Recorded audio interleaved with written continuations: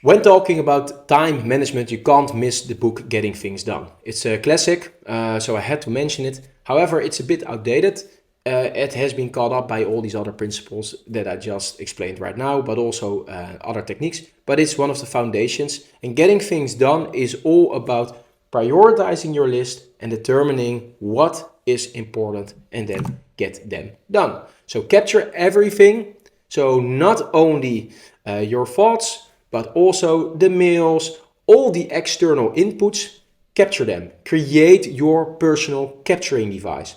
For me, when I'm working digitally, it's either my mailbox or I write them down handily, like, hey, boom, ID, oh, write them down quickly. When I'm under a shower, I use my voice record, so to say, or when I'm running, which is very weird because sometimes I'm speaking out loud and somebody's walking the dog, like, huh? He talked to me while I'm talking into like my microphone.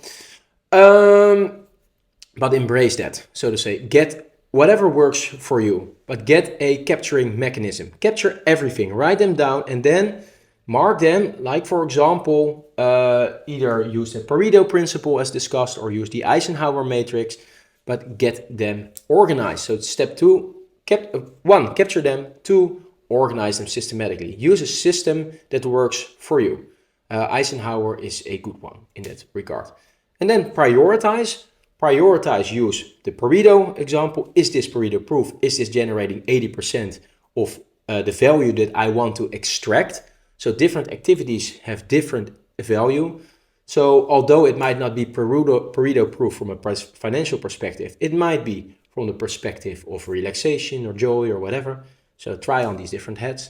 And then, of course, regularly review. But also with this video, I will add another video that explains this concept way better than I just did. So do consistently transfer all thoughts and tasks into your chosen external systems. Don't let this task linger in your mind. Your mind is a space for ID creation, not ID storage. Your thoughts are looping for a reason. You have approximately 15 to 60,000 thoughts per day, which is debated. But let's say they have 60,000 thoughts per day. These thoughts are 90% similar as the day before if you do not break that loop. So break the loop, get them out of the system, get them down on paper. It is your mind screaming to you like, hey, you need to do something, you need to do. Write them down. Don't actually act every time on your thought. Only act if you can do it within 2 or 5 minutes, so to say. So get it off then. If not, place it and then later Eisenhower the shit out of it. Structure, is it important? Yes. If it's not important. Also, hell yeah or no. Keep that in mind. So before you start a task, is it a hell yeah?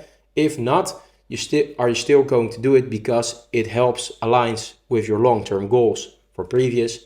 If so, then let's go.